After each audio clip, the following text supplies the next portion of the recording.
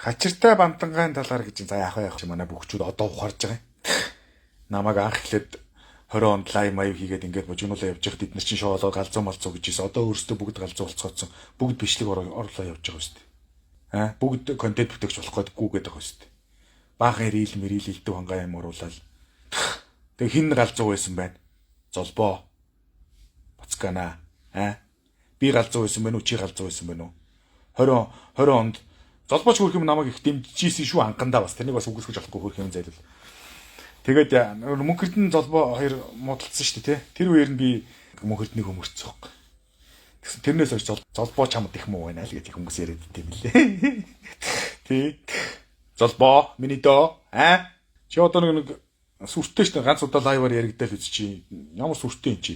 Нөгөө гүндүүгүү сайхан Монгол ирхэн хаана байна? Бүгчүүдийн өв соёл моёлгоо яриад байдаг. Нөгөө бүгчүүдийн чинь гол өв соёлын биер тэгч хийж байгаа чинь гол утга учир үн цэн юунд авилээ. Гүндүүгүү сайхан Монгол ир хүндээ үстэй. Ганц удаа фейсээр гөвсний төлөө чи одоо яахлаараа надад төч чонцгноод идэх юм. Аятайхан байгаараа. Дургуургээд бол хачин болгоо шүү.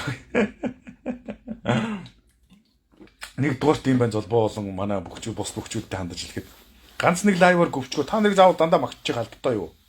Дааварцсан Нэгт 2020 онд намайг ингээд лайв маяг хийгээд танилцсан хийгээд лайв маяг хийгээд контент бүтээгээ явж их үед галзуу гэдээсэн. Өөрөөсөө одоо та нар галзуу болчихлоо.